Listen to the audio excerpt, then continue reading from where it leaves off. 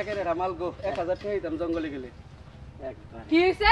কথাটা কেডা কইলো ওই যা ওই তুই বারবার কইলাম জানোস দেখে কই গেছে না আমার এলাকায় খাড়াই থাকে তুই আমার ব্যাট সামদেশ তোর সাহস কি আপা ব্যাখ্যানি হবে না খেড়ো না ও কি রবি না হ্যাঁ শালার পশালা ফাইজলামি করস তোর ফাইজলামি ছুড়াই দেবো এই লোকটা হইলো